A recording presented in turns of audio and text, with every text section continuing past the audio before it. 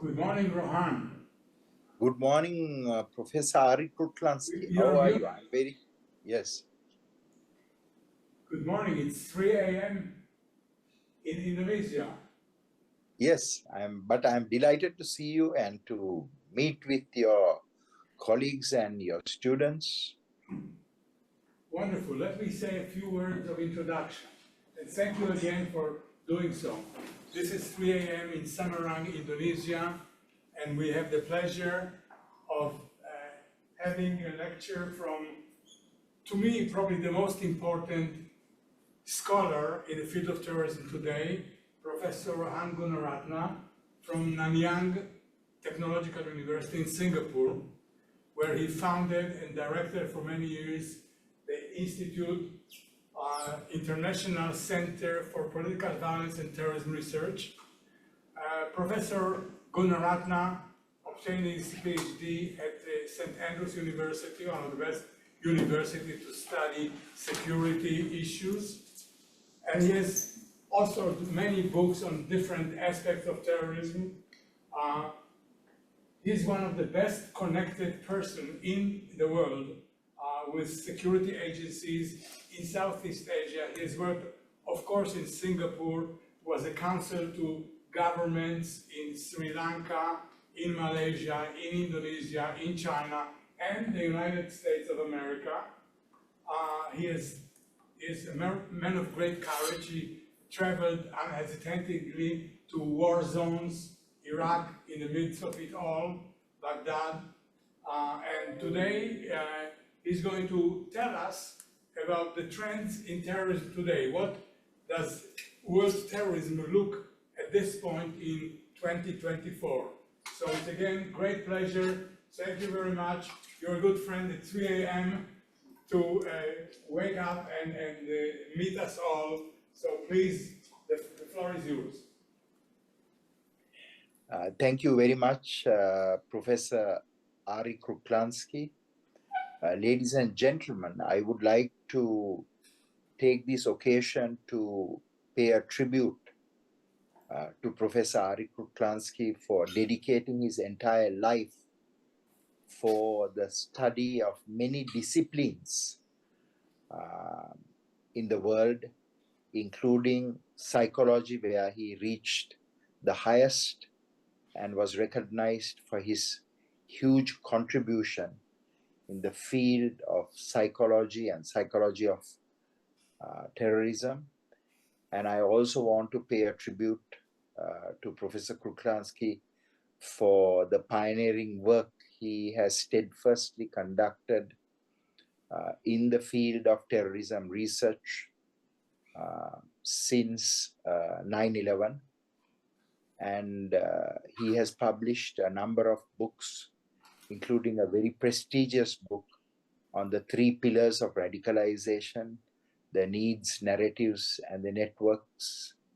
And I was very honored to work with him on that book with Jocelyn Bellinger. So to understand the contemporary wave of terrorism, Professor Arie Kruglanski has made one of the highest contributions. You are all fortunate to be mentored, supervised, and engaged by Professor Kruglanski. Let me begin my presentation by saying that I'm going to focus on the contemporary wave of terrorism so that all of you will understand how the threat has evolved, how the threat is changing, and how governments should respond to the threat of terrorism. I will structure my presentation along those 3 themes. So first is how the threat of terrorism has evolved. The threat of terrorism has evolved through 3 stages. The first stage is called left wing and right wing terrorism. So if you look at left-wing and right-wing terrorism, that has been the first wave of terrorism. So what are the groups that we saw that emerged during that period? We saw a group called the Ku Klux Klan. We saw a group called the Weatherman's Group in the United States. Then we saw many groups in Europe, the Red Army faction, the Baader Meinhof, in Italy, the Red Brigades, in Belgium, the Communist Combatant Cells, and in France, we saw Action Direct. So these were, the European groups were all left-wing groups. They were driven by Marxist, Leninist, Maoist, and other communist and socialist ideologies. Then in that same wave, we saw in Japan, the Japanese Red Army. In Palestine, we saw PFLP, GC, and PFLP, the Popular Front for the Liberation of Palestine. But they were all driven by the left-wing ideologies, left and right-wing ideologies. So in the contemporary wave of terrorism that began in 1968, the first wave of terrorism came with left-wing ideologies. And I want to identify that this wave of threat was driven and influenced not only by male terrorists, but also by women terrorists. Can you tell me a name of a female terrorist who was very prominent and conducted a number of attacks? Would any of you know the name of a female terrorist during that period?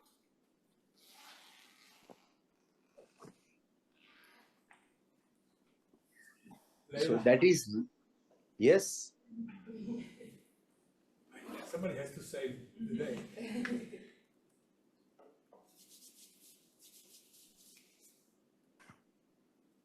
It is a woman called Laila Khad.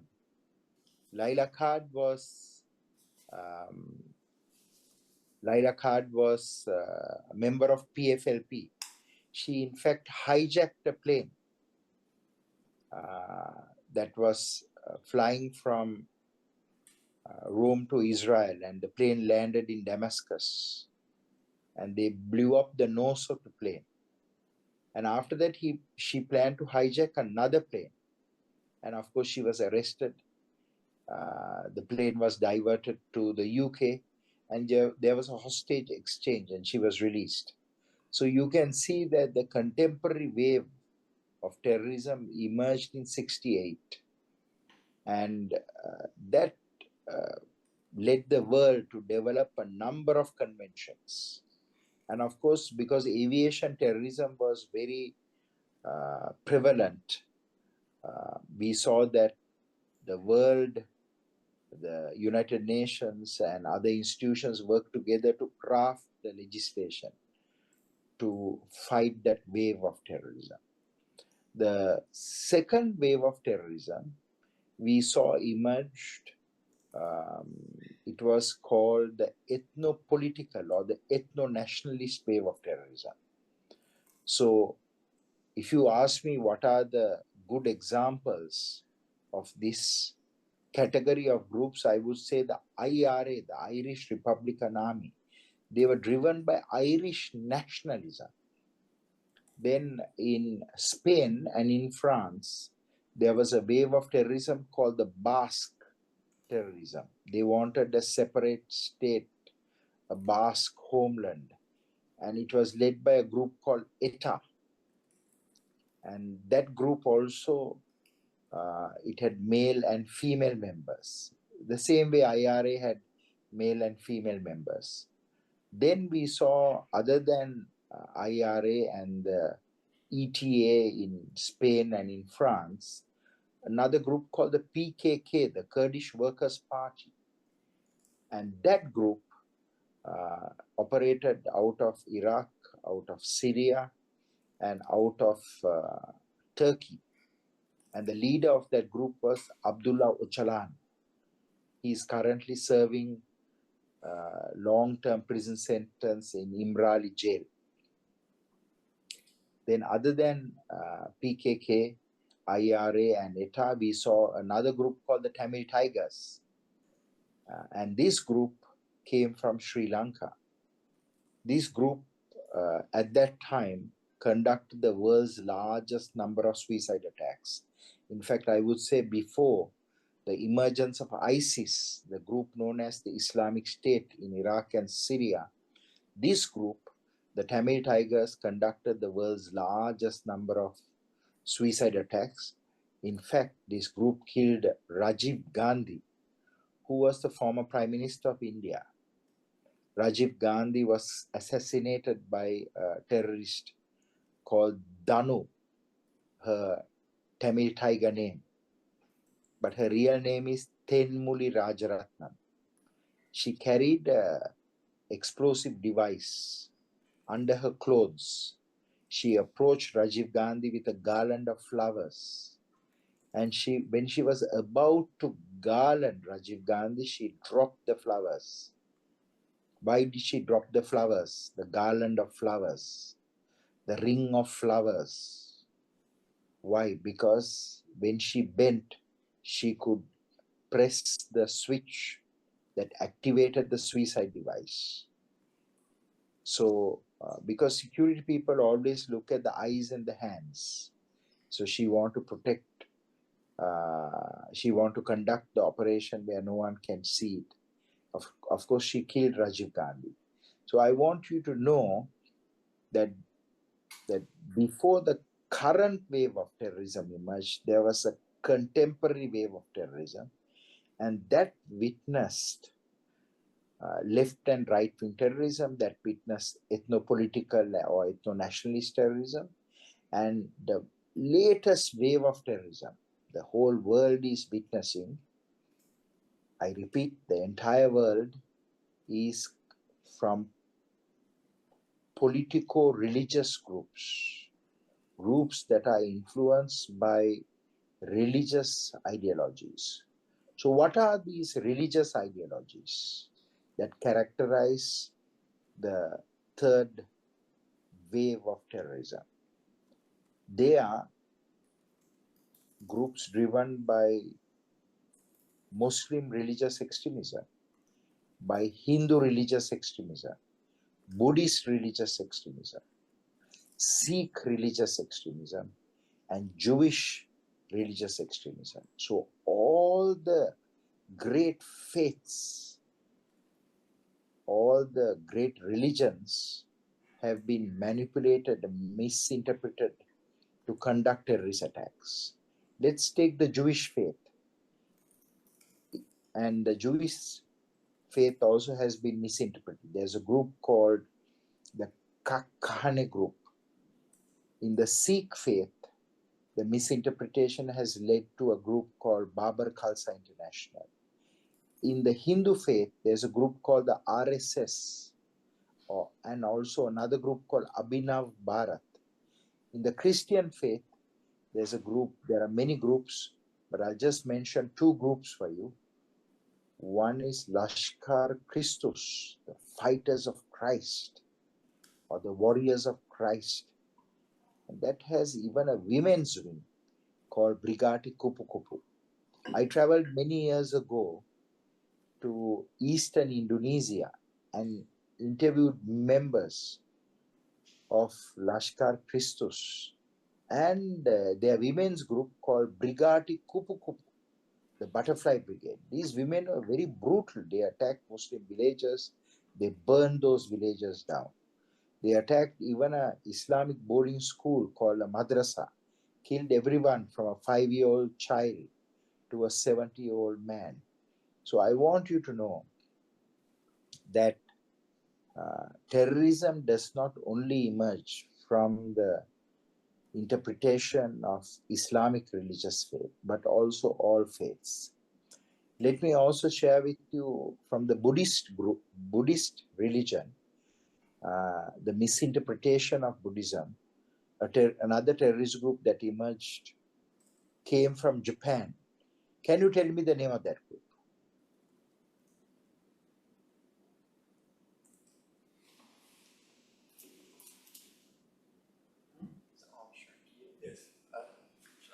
Yes. Shrinkyo. Yes, absolutely. It is called Om Shinrikyo in Japan, and it was led by a man called Soko Asahara, who was sentenced to death for leading the group. And this group manufactured sarin gas, which is a white and a brown sarin. I also want to tell you that this group conducted a sarin attack in the Tokyo subway. This group also manufactured VX. This group also manufactured many other biological, chemical agents because they recruited the best scientists. The scientists came from Tokyo University. So it's like recruiting students from Harvard, from MIT, from Columbia, from Yale, and also from Maryland. All of you are top students, the top 2%. So I want you to know that terrorists recruit even PhD level students. So of the religious wave of terrorism, the third of the last wave of terrorism, the group that is dominating the international landscape is Muslim religious groups. And what are these groups? Can you mention the groups, the names of the groups?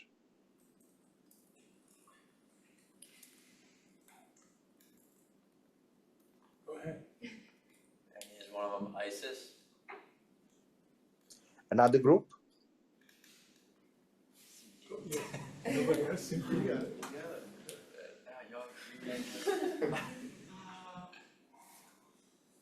Al-Qaeda? Yes. Excellent. Another group? There's one in the Philippines called like Moro Liberation Front. Yes, it is called the Moro Islamic Liberation Front. Before that, that group was known as the Moro National Liberation Front. I have interviewed hundreds of members of this group. It's one of the favorite groups that I have studied, and many other scholars have studied. Give me another more example. What is a group that did one of the most devastating terrorist attacks in the recent period that is influenced by religious ideology? Nigeria. Oh, this is I don't know if that's what it is. Go ahead. Boko Haram. Say it louder. Boko Haram. Yes, it's a group. There's a group called Boko Haram in Nigeria. It's in West Africa. I visited Nigeria and I interviewed members of this group. It's one of the most dangerous groups. And a part of the Boko Haram group embraced the ideology of ISIS. And now one of the most dangerous terrorist groups in Africa is called the Islamic State. And they previously, many of them were members of Boko Haram. There's one more group that staged a devastating terrorist attack. It not only killed people, it also raped women, abducted people. And what is the name of that group?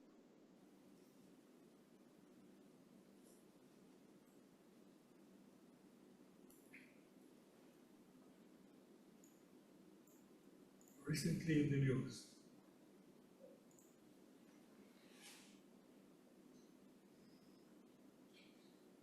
Don't be so timid. And also, please have questions to ask.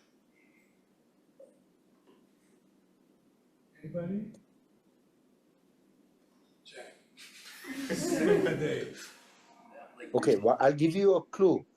The group staged this devastating attack on October 7th, 2023. Hamas. It is Hamas. So I want you to know that the current wave of terrorism is dominated by politico-religious groups, of which the most devastating attack was staged by Al-Qaeda. That is, Al-Qaeda mounted an attack on the United States attacking America's most iconic landmarks. So when I say America's most iconic landmarks, Al-Qaeda, led by Osama bin Laden, attacked the World Trade Center, the Twin Towers. Then other than the Twin Towers, that is America's most iconic economic landmark, Al-Qaeda also hit America's most iconic military landmark, and that is the Pentagon. And the fourth plane that crashed in Pennsylvania was heading towards another target in the United States, not too far away from where you're seated. Can you tell me that target?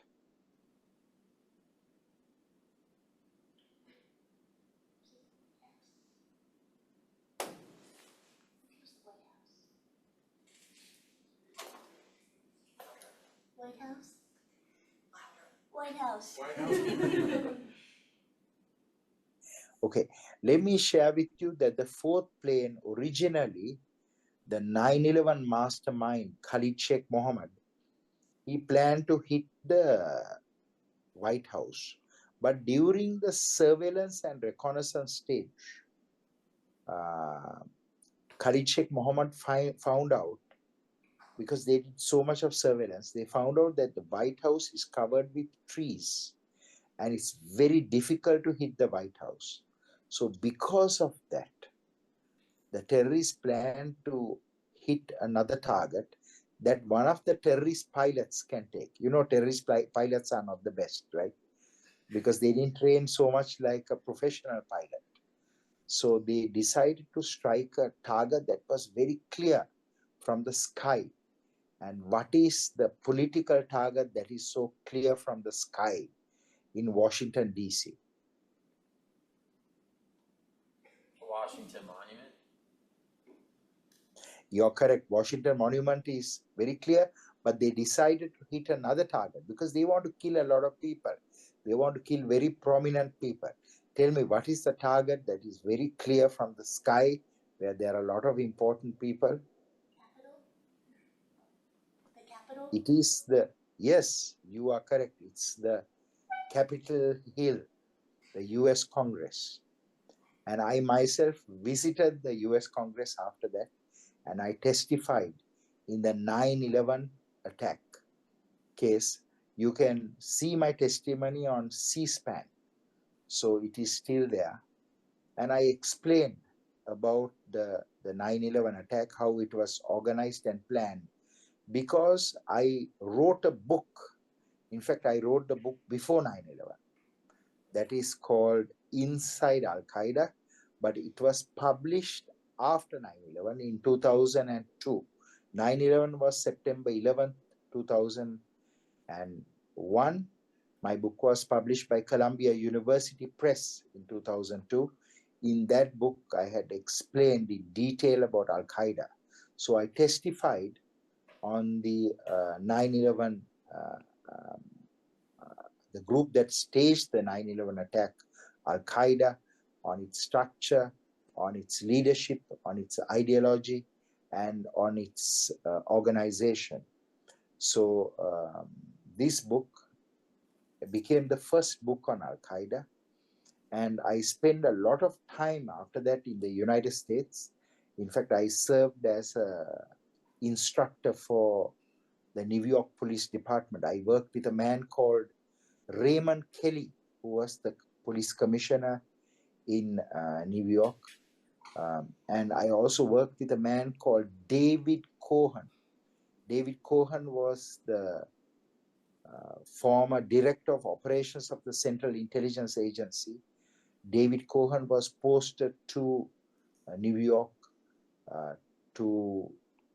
as Deputy Commissioner for Intelligence of the New York Police Department. And together with him, I trained New York NYPD personnel to staff the NYPD Intelligence Division. NYPD Intelligence Division was very small at the time. I started my training in 2002, and I worked with Cohen and with his team to build a very powerful organization that will penetrate the different radical organizations that were operating inside the United States.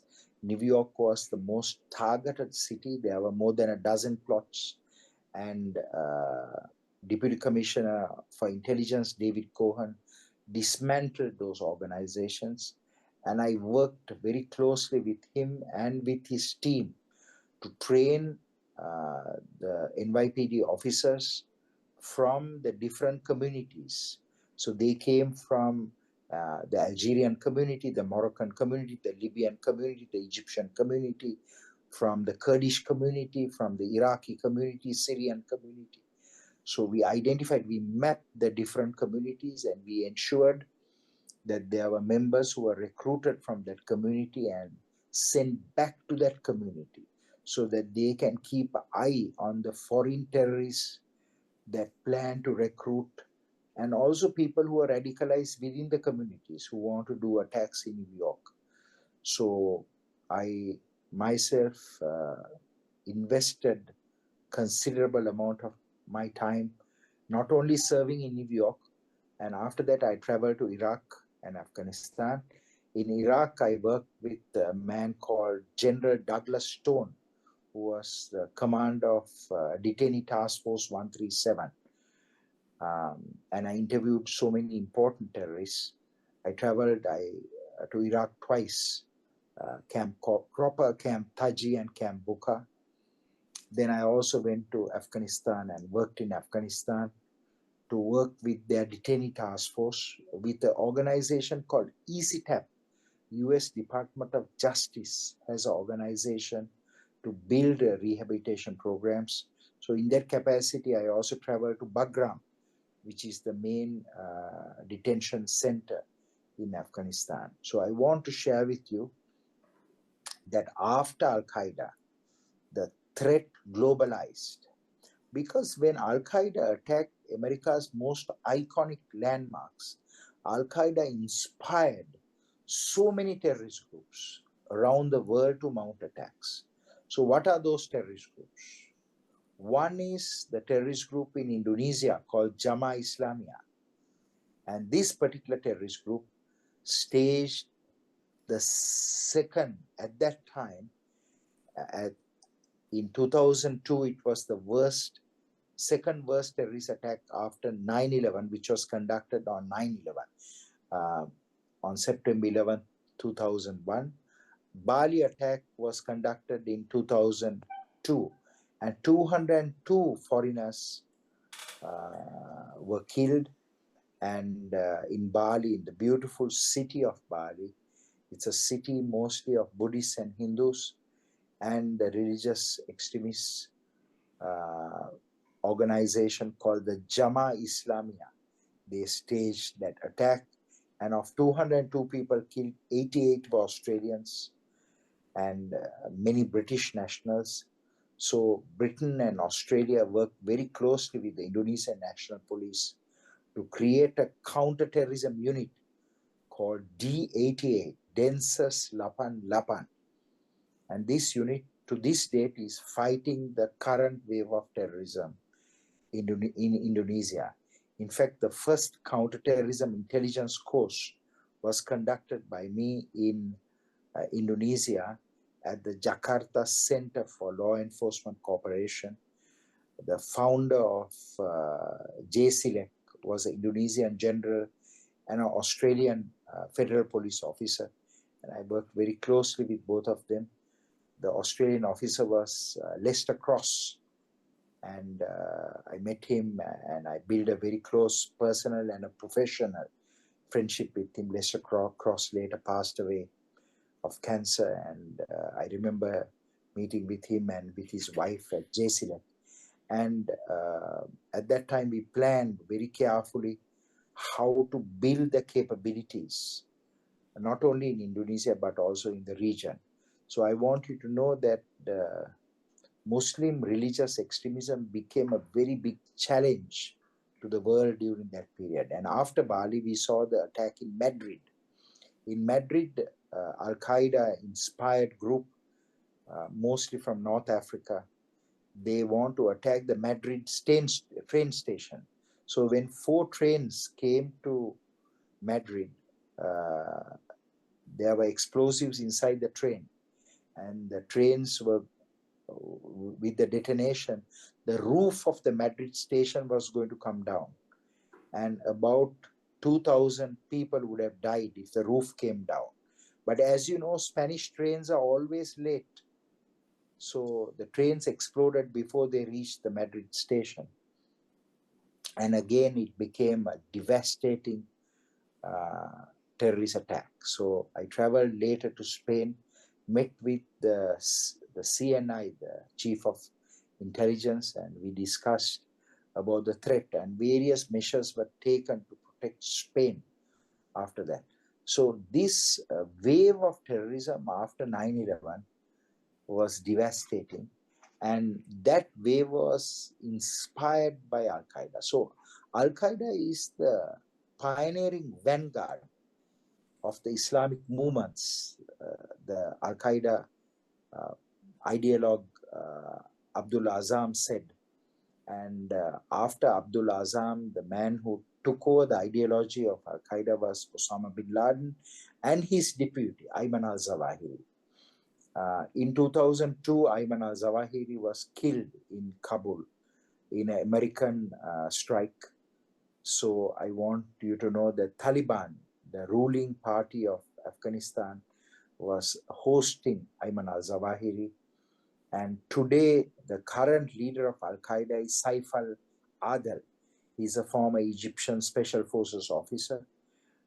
And he is expert in explosives, expert in parachutes and other special operations. And today he lives in Iran. And I have very recently written a commentary about how the Al-Qaeda is supporting Hamas. And I will ask my colleague, my precious colleague, Professor Arie Kruglanski, to share with you my commentary by Al-Qaeda leader Saif al-Adel, who is based in Iran, and the stance of Al-Qaeda when it comes to the Gaza war. Let me share with you that after Al-Qaeda emerged, there was another group that Al-Qaeda inspired called ISIS, or the Islamic State. All of you have witnessed ISIS. And that wave of terrorism emerged in 2004 in Syria, when ISIS proclaimed an Islamic Caliphate. They proclaimed a group in Syria and Iraq, and Muslims from around the world, from North America, meaning from Canada and the US, from Europe, from Africa, from Asia, from the Middle East, they traveled to Syria and Iraq. About 60,000 fighters and their families traveled to Syria and Iraq through Turkey. And then they fought there, and they captured very significant territory in Syria and Iraq. And they established the early phase of a caliphate.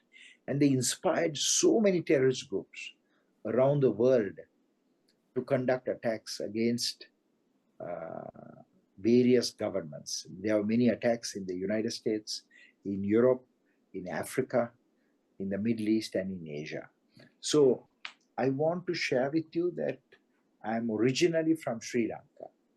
And in Sri Lanka, a terrible terrorist attack was conducted on Easter Sunday in 2019.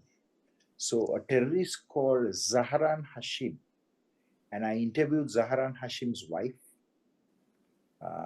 This terrorist organized a suicide attack against the Shangri-La Hotel, a very beautiful hotel. Another hotel called the Cinnamon Grand, another hotel called Kingsbury. Kingsbury was previously the Intercontinental Hotel. And they also attacked 3 churches. So This terrorist attack killed about 250 people, injured about 500 people. And this particular attack, after 9/11 attack, in terms of fatalities and casualties, it became the biggest international act of terrorism. There were Americans killed, so the FBI, the Federal Bureau of Investigations, came to Sri Lanka and interviewed those who were arrested, including the ideologue of the ISIS or the Islamic State group in Sri Lanka, a man called Naufa.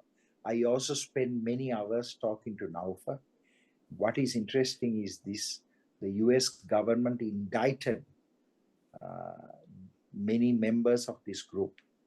So there's an indictment for Naufa and others who were involved in this attack, including the head of the military wing, a man called Milhan, and another explosives expert.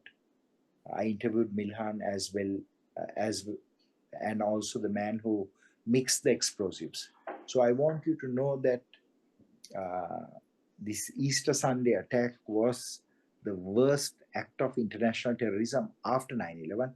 But after the Hamas attack on October 7th, the Hamas attack has become the second worst attack to be staged during the contemporary period of terrorism. And the Easter Sunday attack became the third worst attack. So let me share a little bit with you about how this Muslim religious wave emerged, because all of you should know the genesis and the trajectory of this wave of terrorism. It started in 1979. Can you tell me why 1979 was such a pivotal year for the emergence of the contemporary wave of religious terrorism? The religious wave of terrorism,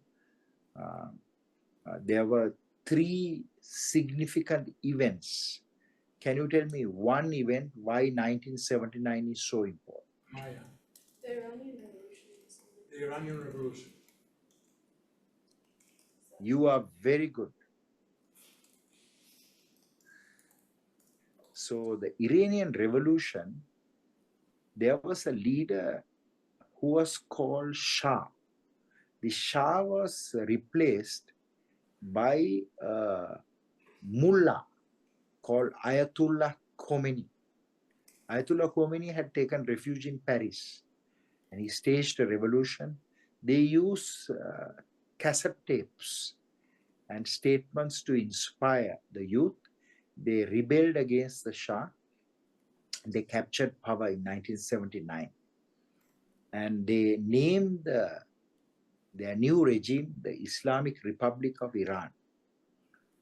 In fact, they created their own military forces. So there is an Iranian army, Iranian navy, Iranian air force, but there is also IRGC army, IRGC navy, IRGC air force, and of course IRGC intelligence. IRGC means Iranian Revolutionary Guard Corps. In parallel, they created the second capability, a second force. So let me tell you that in 79, the Iranian revolutionaries, they attacked the US embassy and they took people captive, the diplomats and others, and they held them. They held them for 444 days. For 444 days. And I want you to know that that demonstrated that even a country can threaten the United States, because they held Americans hostage for 444 days. America was a superpower at that time. But United States couldn't do much except to mount an operation, and that operation failed. American Special Forces Delta try to rescue those people, but the operation failed. But of course, the American Special Operations Forces learned a lot from that particular operation, because as you know, failures lead us always to learn. Other than the Iran Revolution in 1979, there was another pivotal event that took place in 1979. Can you tell me what that event is?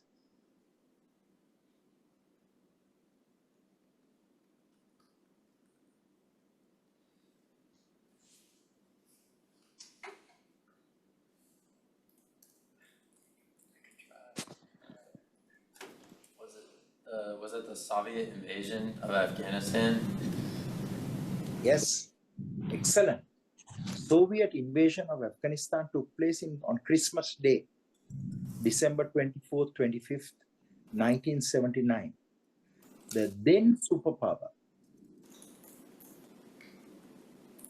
it was not only the United States, there was another superpower called the USSR, or the Soviet Union.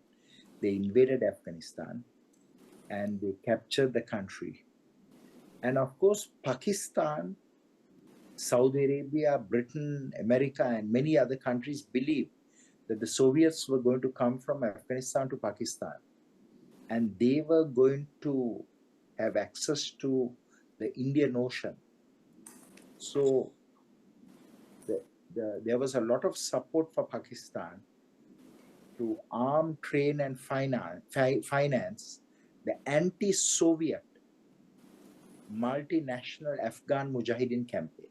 So the foreign terrorist fighter emerged at that time. They all went to Afghanistan and fought against the Soviets. After 10 years, the Soviets left Afghanistan. And one of the groups that was formed on August 11th, 1988, that is nearly 10 years after the Soviet invasion of Afghanistan, was Al-Qaeda. Al-Qaeda was created by bin Laden with his ideologue, Abdullah Azam, and with his deputy, Dr. Ayman al-Zawahiri. And of course, the current leader of Al-Qaeda, Saif al-Islam. They were all members of another organization called Maktab al-Khidamat, or the Afghan Service Bureau, that was created in 84. And in 88, it evolved into Al-Qaeda. Although Al-Qaeda take a lot of credit for the defeat of the Soviets, they played a very minimal role. Most of the fighting was conducted by Afghan groups, not by foreign fighters. And I want you to know that this is the genesis or the origin of this free floating population of fighters that we call the foreign terrorist fighters today. During that time, they were called the Mujahideen. Mujahideen means the fighters of God. The singular is Mujahid, plural is Mujahideen. And they were all supported by the United States. In fact, the Americans invented the Stinger weapon and gave it to the Mujahideen to fight against the Soviets. But the United States never supported Al-Qaeda. In fact, there's a online falsehoods that US supported Al-Qaeda is not true at all. So you must be very, very careful about fake news. There are some Muslim extremists who are saying that 9/11 itself was staged by the CIA. It's not true at all. Some Muslim religious fanatics say that it's staged by the Mossad, the Israeli intelligence service. Is not true. Staged by Al-Qaeda. You can watch all the videos of bin Laden and Ayman al-Zawahiri and others taking credit for this attack. So it's very important that you study history and understand this. I'm so happy that two of Professor Kruglanski's students were able to say that 79, the Iranian Revolution and the Soviet invasion sparked that spirit that even a superpower can be defeated. And of course, the third incident was a Muslim religious fanatic in Saudi Arabia. He went with his followers and sieged the mosque in Mecca. And the Saudi special forces were not up to speed at that time. So they relied on the Pakistani special forces and the French special forces called GIGN. I served as an instructor for GIGN. I spent a week with them in Versailles. So they shared with me the operation. The GIGN members went to the Grand Mosque in Saudi Arabia, and they converted to Islam before they went inside, because you can't enter that mosque unless you're a Muslim. And they converted to Islam temporarily. They mounted the operation, they killed and captured the important terrorists, and then, of course, they went back to their faith. So I want all of you to know that these were the events, were the significant events that shaped this wave of terrorism. And so for us to understand the current wave of terrorism, one must look at how this wave of terrorism was shaped. It was shaped with extreme interpretation of Islam. Islam itself always spoke of coexistence with other faiths, like Christianity, like Buddhism, like Hinduism. They said that their faith was important, but also created provision to coexist with others. There's a very famous charter called the Medina Charter, where the Muslims, Christians, and the Jews live together. Of course, now there are no Christians and Jews living in Medina in significant numbers, but Prophet Muhammad himself was intelligent enough to create a covenant at that time where he advocated peace. But today's religious leaders, they are also advocating peace, but they need to do more, because the Muslim religious extremists believe that Islam is the greatest faith, and that people of other faiths should be attacked. And also Muslims who are not committed to Islam like them should be attacked. So you must understand that they attack disbelievers and unbelievers. So that is how this wave of religious extremism emerged. So how do we respond to the threat of terrorism?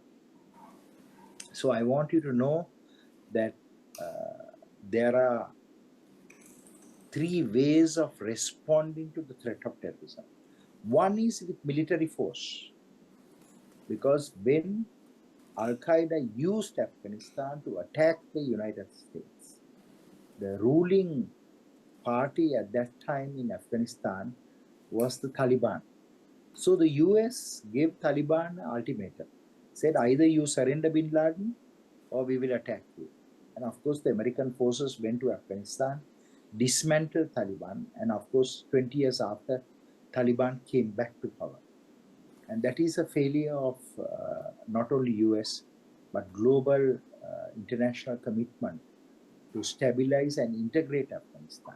So war fighting is an important dimension in defeating terrorism. But other than that, you have to develop Afghanistan. You have to rehabilitate the terrorists. That didn't happen because the Americans got distracted with information that Iraq, Saddam Hussein was sponsoring Al-Qaeda. And it's not true. Saddam was a dictator. So the Americans went to Afghanistan in 2003. From Afghanistan, they also went to Iraq. And because of that, there was forced dilution. And the US could not fight in two theaters at the same time. So Afghanistan, the US effort diminished. In Iraq, US strength was dissipated, and the US had to withdraw also from Iraq. So one is military force, but with military force, with kinetic and lethal force, you need other efforts. You need information operations, you need huge investment especially when you attack a country to get rid of terrorist group, to develop that community, to restore their lives. And that didn't happen to the extent we all wanted it to take place. So in fact, when the US went to Iraq, before it invaded Iraq, I wrote an article. It's published in New York Times that there was no evidence that Al-Qaeda was operating in Iraq with Saddam. Al-Qaeda had established a presence in the north of Iraq, in a place called Kurmal.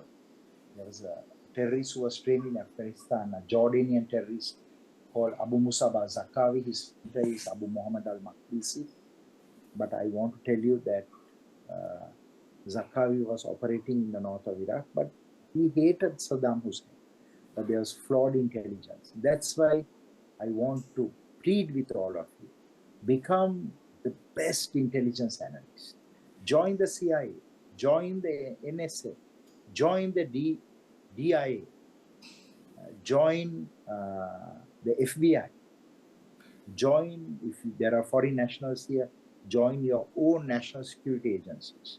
Because national security agencies must be staffed by the most brilliant people so that you will always be passionate and will serve your countries with truth and with justice.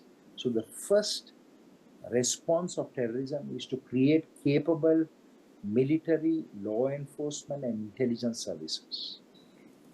This is imperative. And all of you can apply to the military, intelligence, and law enforcement agencies in your own countries. Whether you come from Pakistan, whether you come from India, whether you come from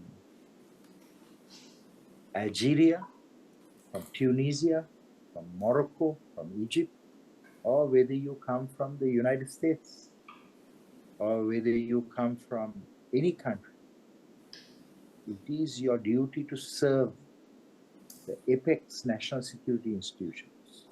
They mostly come from military, law enforcement, intelligence.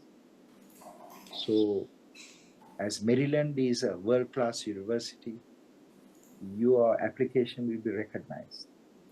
So the second response to terrorism is one must invest in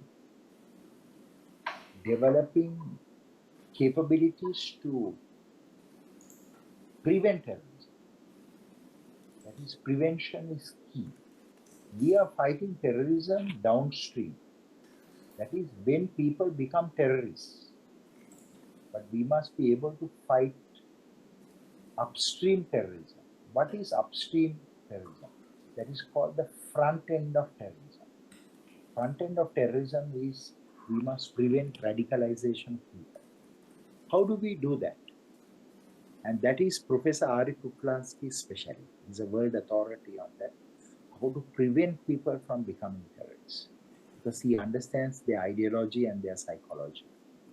So one has to groom populations not to have a narrow worldview. If one treasures your own religion, must be able also to appreciate other religions, celebrate their festivals, to have friends who are not only from your own community, not to have a tunnel vision, not to be frogs in a well. So I would ask all of you, go and visit a mosque, go and visit a gurdwara, go and visit a synagogue, go and visit a Buddhist temple, learn about other faiths so that your mind will broaden.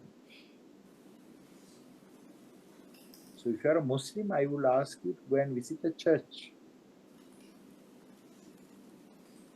Because Muslim religious extremists have a trend of attacking churches, of attacking synagogues. So it is important to understand and respect all faiths.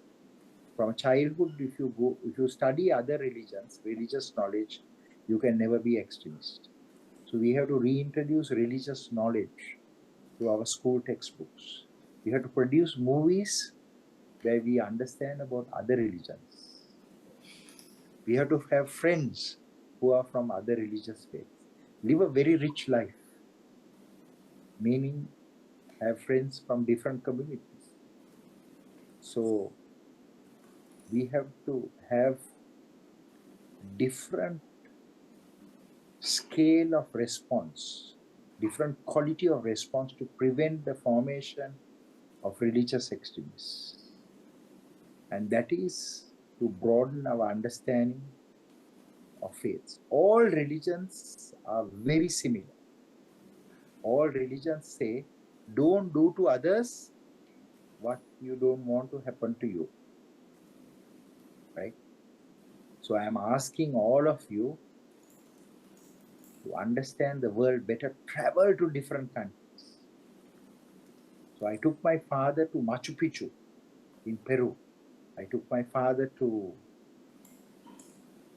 Egypt to cruise the Nile.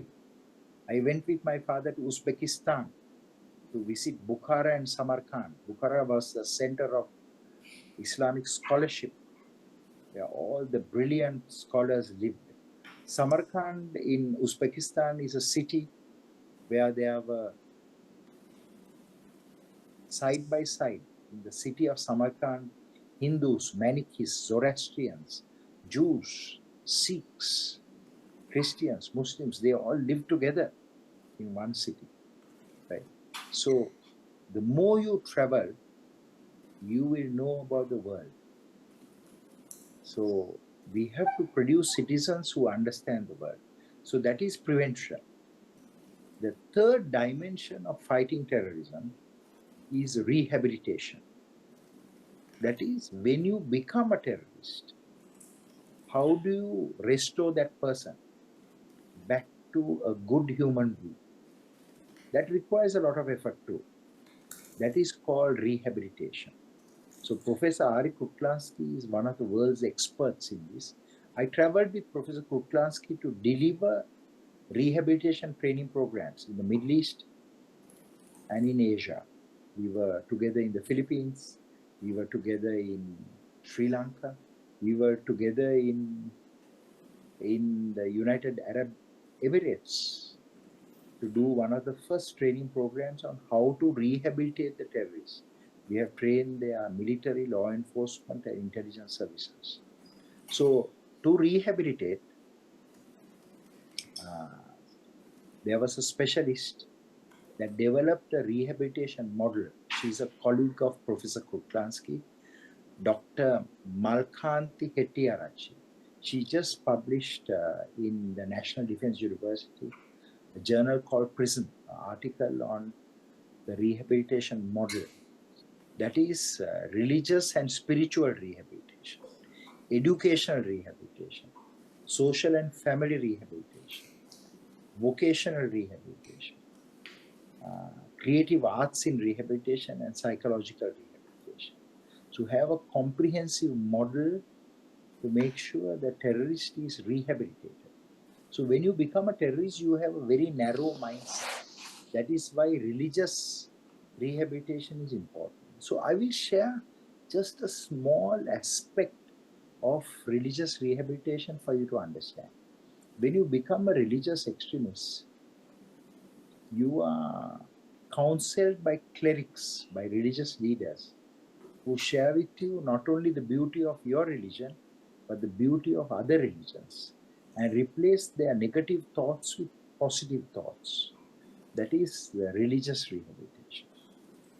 So the most important thing in religious rehabilitation that appeals to me is I always ask the terrorists, don't live in the past, because past will bring you regret. I'm asking you also, don't live in the past. Past will bring you regret. And don't live in the future, because future will bring you, what will the future bring you? If you think too much about the future, it will bring you anxiety. So live in the present, live at the moment, because what you do right now is the most important, right? So this comes from a very ancient doctrine called Anapanasati. It comes from a text called Satipatthana Sutra. So live at the moment. That's why it's called a present. Right? So we work with the terrorists to make sure that they understand how important it is to live beautifully at the moment, right?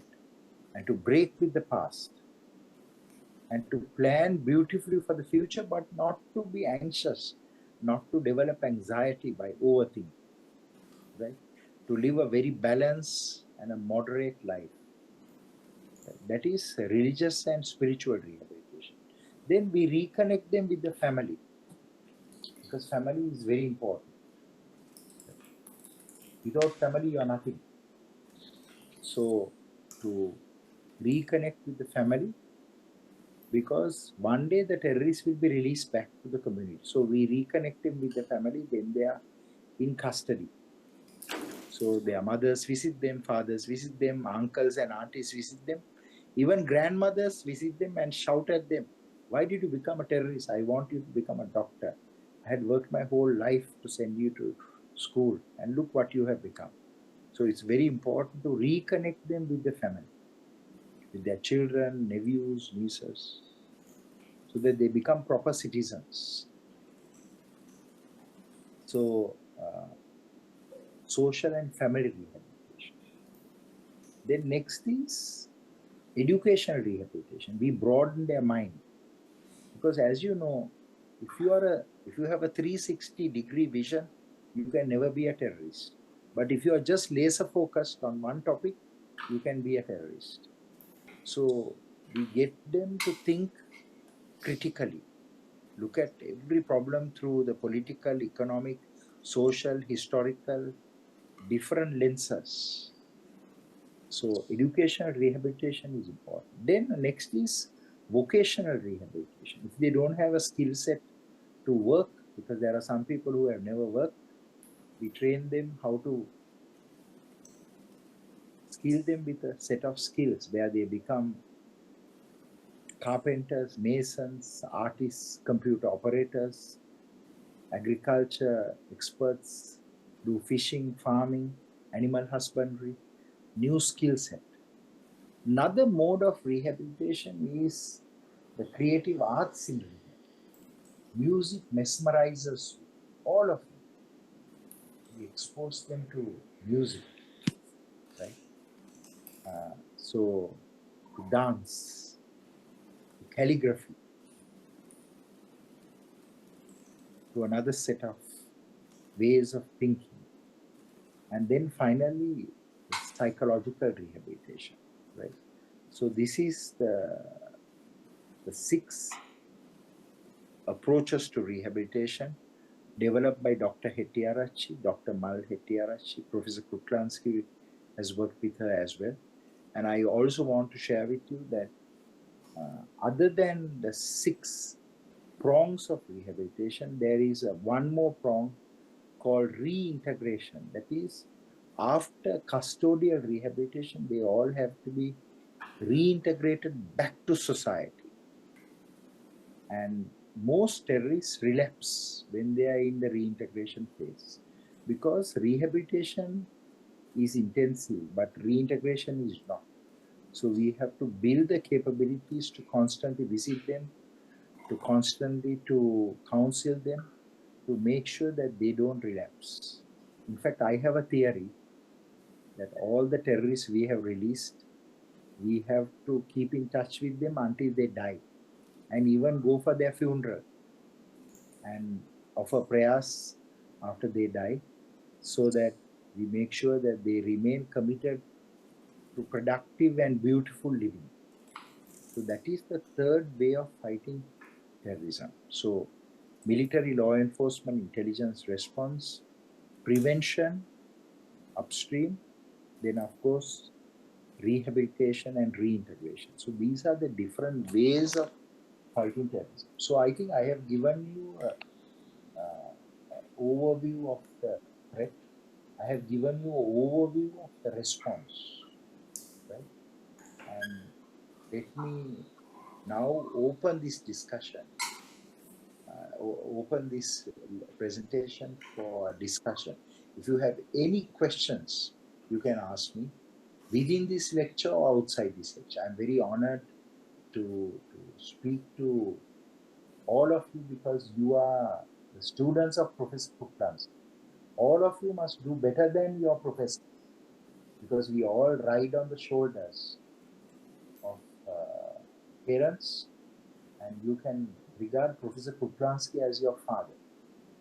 And Professor Kruglanski will support you to become a better professor or better practitioner in your field, because we produce two types of specialists. One is the scholars, the next generation of leaders who will preserve and harness and build on the knowledge. Second is we create practitioners to protect our nation states and protect the international system so that there will be global peace and stability. So with those concluding remarks and my tribute to Professor Kruglanski and for all of you, I want to ask all of you to ask any questions you want, and I'm happy to answer them. Thank you. I'll think of a question to ask. And in your preparation for the question, I'm going to ask Professor Gunaratna to describe the current, the 2024 state of terrorism. What are the centers of terrorism? What are the trends that we see now in the world? How does the world of terrorism respond to the Israel-Hamas war? And what other events are shaping the trends of terrorism in the coming months and years? Thank you, Professor Kruglanski. The epicenter of terrorism was Afghanistan, Pakistan, but it shifted to Iraq and Syria after the US intervention in Iraq. And Iraq and Syria became the main epicenter. Today, we have seen that this epicenter has shifted to Gaza, Israel, and it's slowly expanding to Iraq, Syria, Yemen. So a new epicenter is in the formation stage. So epicenter of terrorism shift based on where the conflict is. If not for the Hamas attack on Israel on October 7th, 2023, Africa would have emerged as the new epicenter, especially West Africa, because we have seen terrorist incidents in Burkina Faso, in Mali, in Niger, very significant attacks. So Africa is also a very important center that is emerging. But today, the incidence of terrorism, especially the Hamas attack on October 7th, has refocused the threat in the Middle East. So these are the main centers. So if you look at the Global Terrorism Index for 2024, I would say that there are countries in the Middle East, in Africa, and in Asia that is featuring. So we have the single largest attack that was staged last year was the Hamas attack on Israel. And because of that, the terrorism spiked in the Middle East. If not, Africa would have been the highest incident. So Al-Qaeda wave of terrorism and the ISIS wave of terrorism was supported globally by their followers. Similarly, the Hamas attack is supported by a organization called the Muslim Brotherhood or Ikhwanul Muslimin. This group was formed by a man called Hassan al-Banna and Said Qutb in the 1920s. which is largely influenced by communism and socialism, although they advocated the religious extremism. So I want you to know that the Muslim Brothers, they want to always establish a Islamic state. In fact, a leader called Morsi came to power in Egypt democratically, and he's from the Muslim Brotherhood. He tried to change the constitution. Then, of course, the military took over. General Sisi took over and quickly stabilized Egypt. So, Muslim Brotherhood is its ideology is a very lethal, deadly ideology because it is from Muslim Brotherhood, the Egyptian Islamic Jihad, and the Islamic group of Egypt emerged, and most of their leadership joined Al Qaeda. So I want to tell you that Hamas is the Palestinian branch of the Muslim Brotherhood. And it is very important for the world to understand the ideology of Hamas. But unfortunately, many people do not know about Hamas. Some have a very romantic view of Hamas, but one has only to look at the October 7th attack, what Hamas did when they intervened and conducted that devastating attack. They attacked a concert area called Noah, and they raped the girls who were there. Many of those girls were of your age, and abducted them and killed many people, including children. The footage is now made public. You can watch it. And certainly the Palestinian issue has to be resolved. We all have to work towards a two-state solution. But the fact that no two-state solution was not created doesn't justify such a brutal attack. So I think the world has to work to eliminate Hamas, the same way Al Qaeda and ISIS was targeted, but at the same time politically work to build a two-state solution that will offer permanent peace. Now, globally, Hamas has its supporters and followers, and these groups are organizing themselves. Unfortunately, the Israeli response has been overwhelming.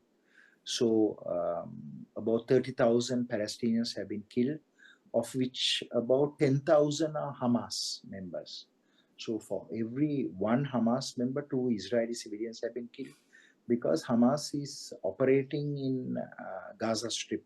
It's a very highly concentrated area of people, and Hamas also uses the human shield. So I think that by the time the Hamas-Israel war ends, a lot more civilians would have been killed. So the best way to prevent this war is for Muslim leaders to ask Hamas to surrender. And before that, to release the hostages. As long as Hamas holds the hostages, Israel and the international community will fight to eliminate Hamas.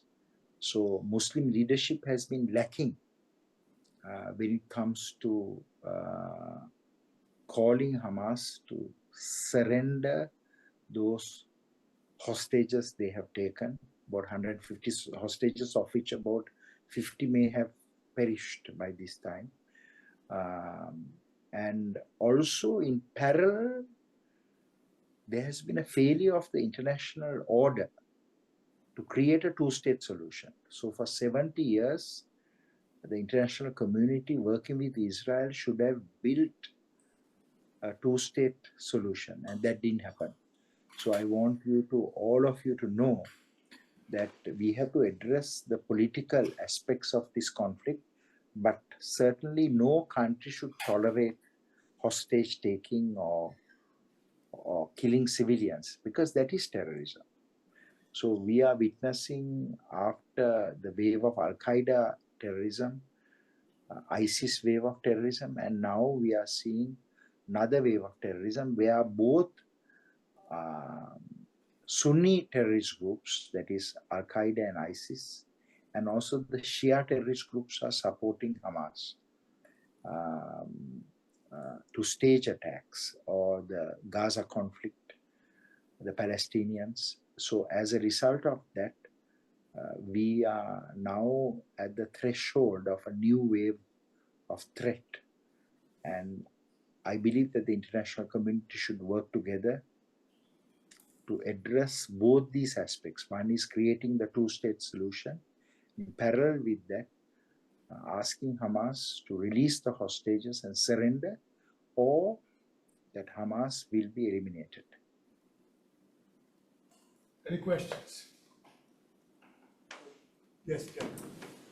So I had a question kind of related to that, because we've been talking about all these different waves of terrorism, and I'm just curious if there were any identifiable indicators or factors that could have really predicted these waves and when they were going to happen, or is it more of something that's spurred in the moment by specific attacks? You have asked a very important question because you are thinking like a scientist. I think you have been influenced by Professor Kruglanski. So there is a precursor to terrorism. Before terrorism, there is something else, and that is called ideology. So one must constantly look at ideology. Wherever ideology travels, ideology will crystallize into operational cells. And those operational cells will attack. So I always encourage my students, because I also teach a class in national security and intelligence. I also teach another class in homeland security, counterterrorism and intelligence. Map the ideology. Where the infection travels, infection leads to a disease. And the ideology is comparable to an infection. It can go into remission and it can stay. So we have to constantly map who are the radical clerics, what are they preaching, what is there on the internet especially, what are the physical textbooks. And then if we can follow the ideology, we can map the next attack.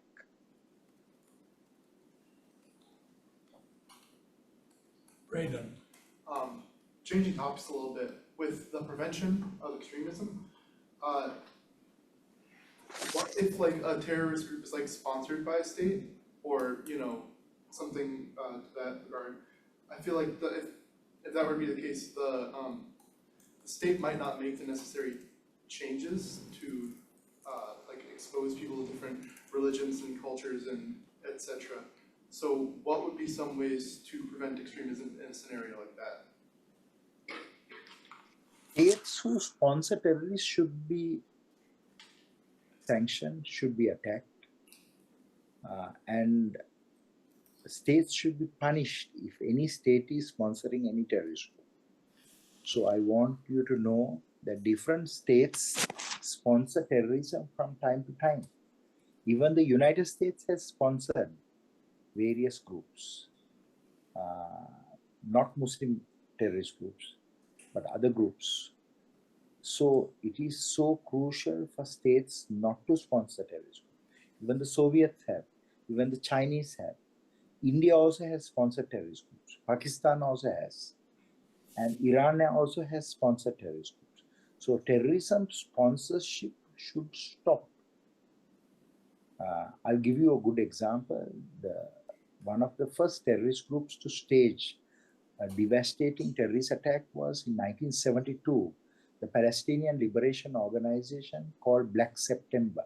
It's a special unit created by Yasser Arafat. They attacked the Munich Olympics. They killed the athletes, took some hostage.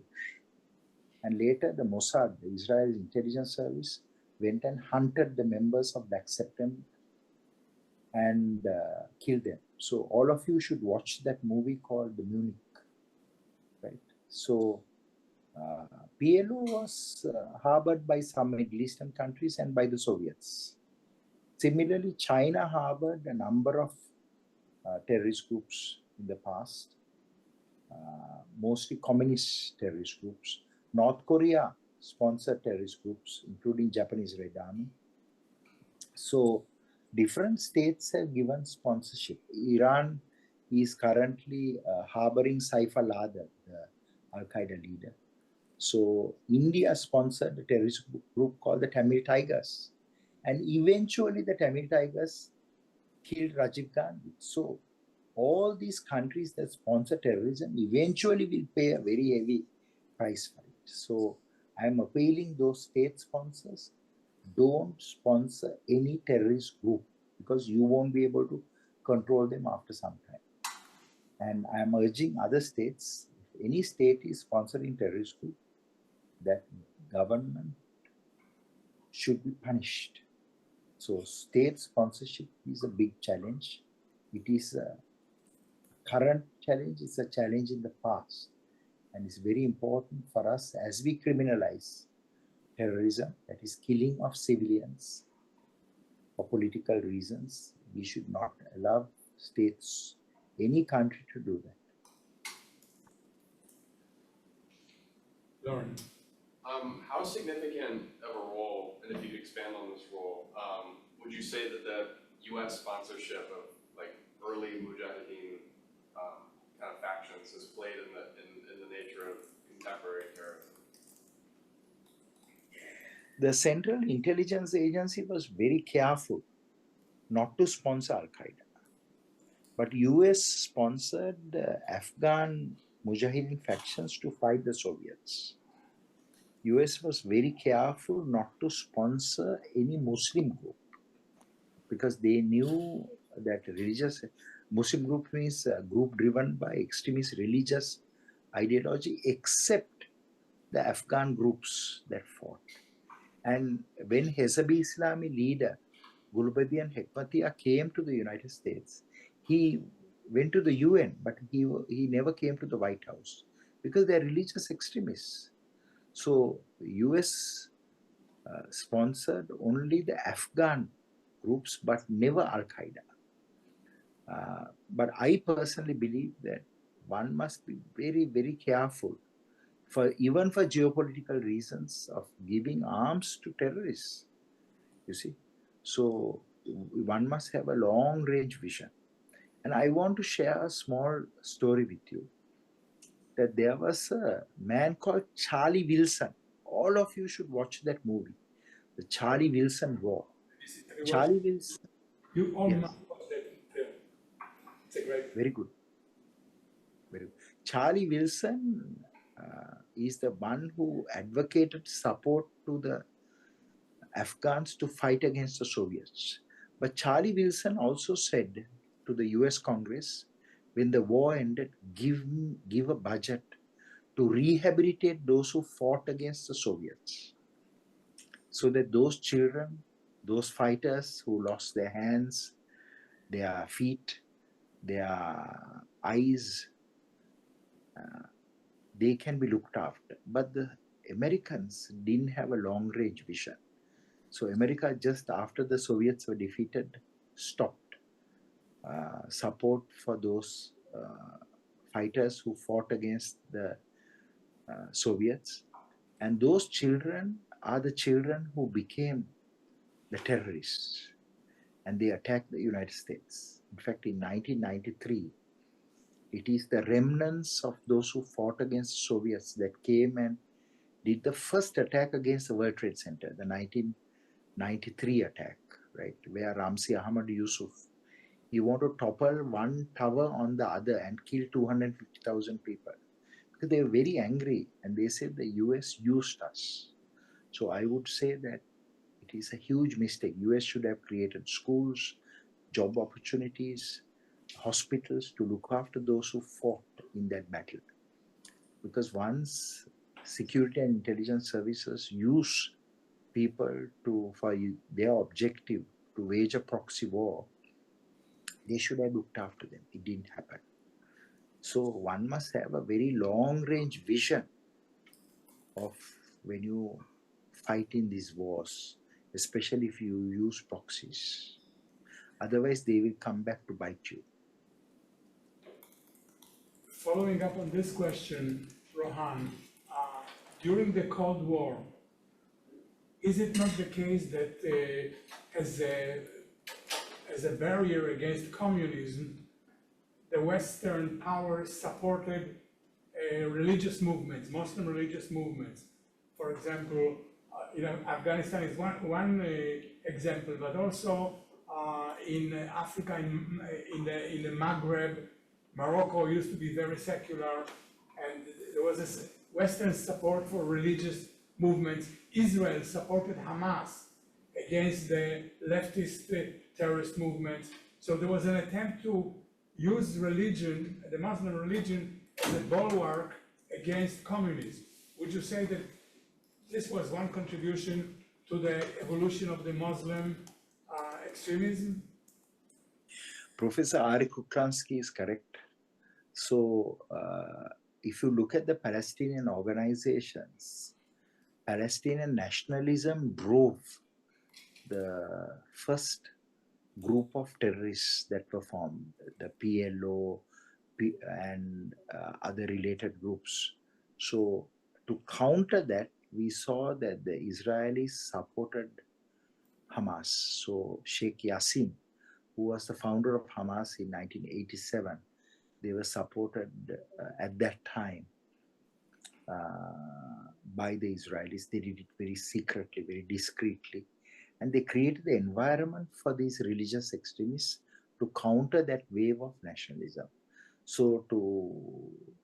And there were other Western countries that supported various movements around the world against communism. So that is why I said that for geopolitical reasons they did it, but ultimately it has become a big challenge.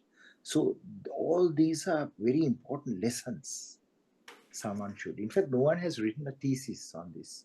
And I would ask all of you who are writing your masters or your PhDs to work on this, how sponsorship can come back to haunt you. Questions? Any questions? Nicole? So, we were talking before about future waves of terrorism, and I was just kind of wondering if you have any sort of speculation on what that might look like whether the ideologies will still center around left-wing, right-wing, religion, and ethno-nationalism, or if it'll be something completely different that we haven't really seen, or just the similar types of ideologies. We have seen some old waves of threat re-emerging. So right-wing terrorism is again coming back, especially in the Western countries. So in the United States itself, we saw the right-wing extremists, they attacked the US Capitol. And they want to do attacks around the world in their own countries, especially in Europe. So right-wing terrorism is re-emerging. But there are other new waves, and we call them the single-issue terrorism. That is environmental groups. They are using violence, very small number of, very small percentage. Similarly, the anti-abortion groups, they are using violence. So we are seeing that they are called single-issue groups. So other than left and right-wing terrorism, other than ethno-nationalist or ethno-political terrorism, other than politico-religious terrorism, another wave that is going to take attention is the single-issue terrorism. So there will be people for climate change. Climate environmental is going to become a big problem. We are seeing a number of groups willing to use violence against those who are compromising the climate.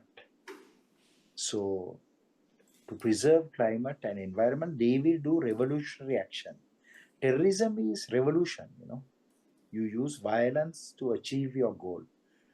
Governments are mostly evolutionary. They do things gradually. So you must understand that there can be a new wave of terrorism.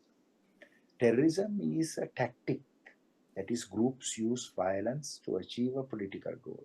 It can come in any domain, whether it is ideological, left or right wing, whether it is politico-religious, whether it's ethno-nationalist or single issue. Yeah, so with regards to our discussion on the rehabilitation aspect of this whole thing, so how would you suggest we would navigate the balance between, pleasing the victims' families and, just making sure that terrorists receive the punishment that they would deserve for the actions they do, while also rehabilitating them and reintegrating them back into society? You have asked a very difficult question that I myself am constantly grappling with. When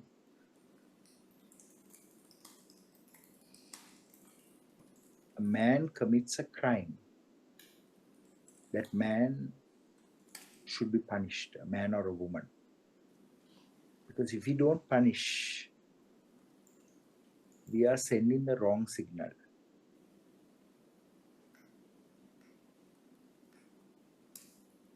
Punishment is vital, it is essential. But we also have to restore that person back to being a human being. Otherwise, that person will constantly live thinking what that person did is right. That is called restoration, is called rehabilitation. So punishment is incarceration. Punishment is you deprive that person of other privileges. So sooner or later punishment comes to terrorists. The last 24 hours, 2 men and 1 woman was arrested from the Red Army faction in Germany after many years, 20, 30 years of hiding. So you must understand that we have to relentlessly hunt and arrest them and capture them and punish them. We have to give them death penalty too. Because if we don't punish them, it will send the wrong signal to the society. It's nothing personal. But we also have to ensure, if they are going to live especially, that one day they'll go back to society and they will commit those violence again. Unless we change their mindset, that is rehabilitation. So both these should take place at the same time. So in Saudi Arabia, I recently visited the National Security Prison. It's the invitee of the government. The Al Hair prison has 5,000 prisoners and about 2,000 religious extremist clerics. The MBS, the Crown Prince, he has taken a very tough stand against terrorism. I hope that every other country will arrest also religious clerics who are preaching violence. Saudi Arabia is a good model to follow. And if terrorists are cooperating, and if they are helping the security and intelligence services, and if they are recanting their ideology, and they are condemning extremism and terrorism, then we have to look after them and also their families. So some of the mothers and fathers of these terrorists have been flown for medical treatment to other countries also. So you have to fight terrorism keeping both these dimensions in mind.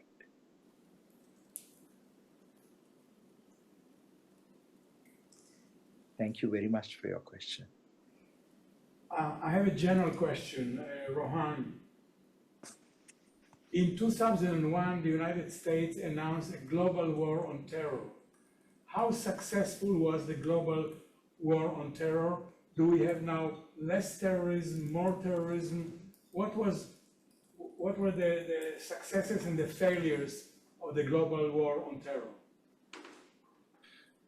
Professor Kruglanski always asks very important questions because he's a psychologist. He's always reflecting, thinking, what did we do wrong? So the global war on terrorism was called GWAT, Global War on Terrorism, started by President Bush. He declared war against terrorism, against Al-Qaeda. So he used military force. That's why it's called global war. So after the United States was hit by Al-Qaeda, he declared war to fight back. So I want you to know that going to Afghanistan was the right thing, but the United States should have remained in Afghanistan, not withdrawn troops. Because when you intervene in a country, you must stay there in the long term. United States made a fatal mistake by going to Iraq. No evidence. I've written an article. I told you, please read that article in New York Times. No evidence of Saddam Al-Qaeda links. So I think that we have to use military force intelligently and sparingly. By going to Iraq, ISIS emerged. So when a government responds to terrorism, it must be an appropriate response. There should be no underreaction. There should be no overreaction. For example, when Al-Qaeda attacked America's embassies in Kenya and Tanzania, that time the Americans should have gone to Afghanistan, not waited until 9/11. You see? So one must be preemptive. One must have a good vision, but not use overwhelming force, because that will incubate a new generation of terrorists. It will procreate another generation of terrorists. So one must use more funds and resources to stabilize those areas. For example, you arrest a person or you kill a person who is involved in terrorism, you have to look after the family too, if he is the breadwinner. So the family won't become terrorists. So one must have a very long-range approach in the fight against terrorism. So in conflict zones, you have to use military force. But off the battlefield, you have to use a lot of other capabilities, building community resilience. So it's a full spectrum response that must be delivered. So Professor Kruglanski's question whether GWAT was successful, I want to say that GWAT certainly created the global framework to fight terrorism. But Afghanistan was, at the end of the day, a failure because Taliban came back and they are housing Al-Qaeda again. Iraq and Syria. Of course, ISIS has suffered, but there are still remnants. So Western nations are 10 to 20 years ahead of the rest of the world, and they must continue to support other countries. Right? If you don't support other countries, the threat will again come to your own country. It must be a cooperative, collaborative effort. We must do what is called, we should shift from cooperation to collaboration and partnership and alliances to win the fight. What do I mean? One is create common databases like the 5 Eyes database where you share information intelligence. You exchange personnel. You do joint training, joint operations. You share technology and resources, and mostly you share experience and expertise. So one must fight this war together because it's a common problem, a common challenge of the 20th and the 21st century. Anybody else? Any other questions? Jack. I just have, that's a very general question. So what motivated you to pursue the field and sort of dedicate your life and studies to terrorism? I'm born in Sri Lanka. So I held a number of appointments. I worked for a president called President J.R. Jayawardena. And this president had a fabulous library. And I read a book written by a man called Paul Wilkinson, Terrorism versus the Liberal State. And this was in 1986. And in 96, I went to study under Paul Wilkinson. at St Andrews in Scotland, and later I became his teaching assistant. So before that, I traveled to the United States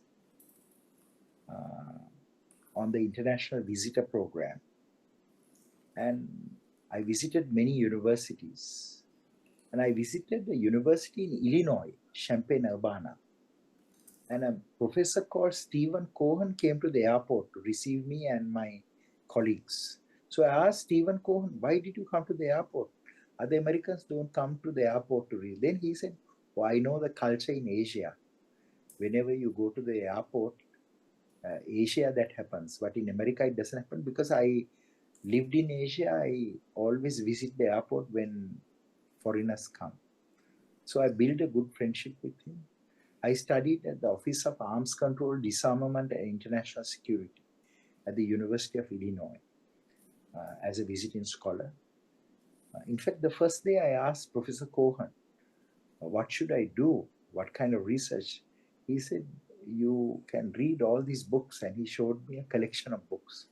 So I started reading widely about revolutions in Latin America, in Africa, in the Middle East, expanded my knowledge beyond Asia. So then later I went to University of Maryland briefly.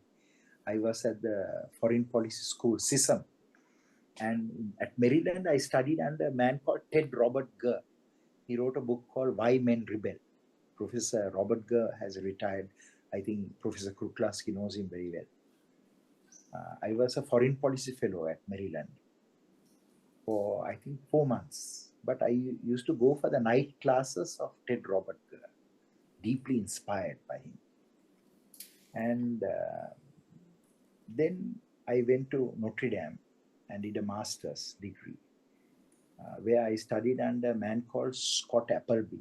He is a specialist on religious extremism. He edited the Fundamentalism series with Martin Marty. Then when I was at Notre Dame, Professor Martha Crenshaw, who was at Wesley and now at Stanford, we met each other, and I had arranged for her to meet President Jayawardene. She wanted to interview the Sri Lankan president. And after that, she contacted me to thank me. She asked me what I want to do. So I said, I want to go and do a PhD. So she wrote a letter to Bruce Hoffman, who was the director of the Counterterrorism Research and Training Center at St. Andrews. And Bruce Hoffman is now at Georgetown.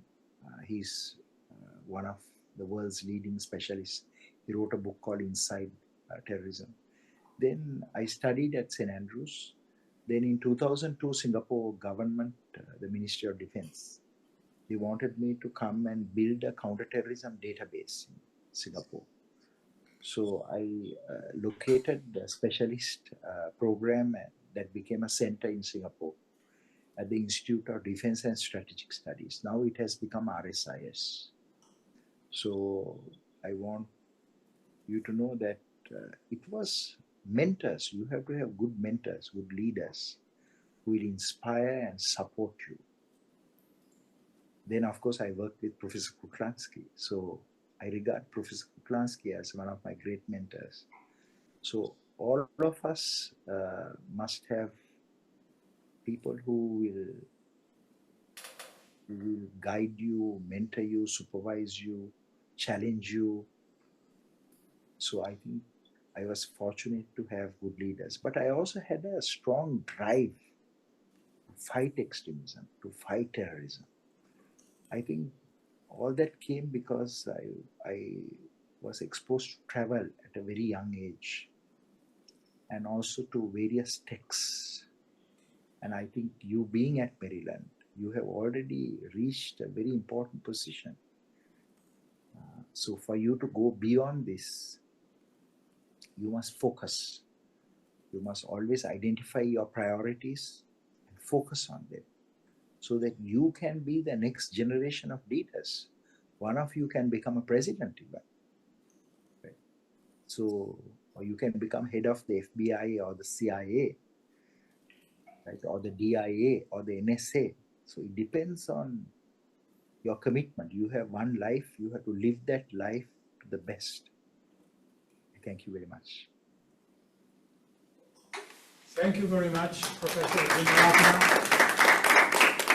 I really appreciated this illuminating lecture about the waves of terrorism, the current state of terrorism, what to do about terrorism, and sharing your experience that is second to none. Thank you, thank you, thank you.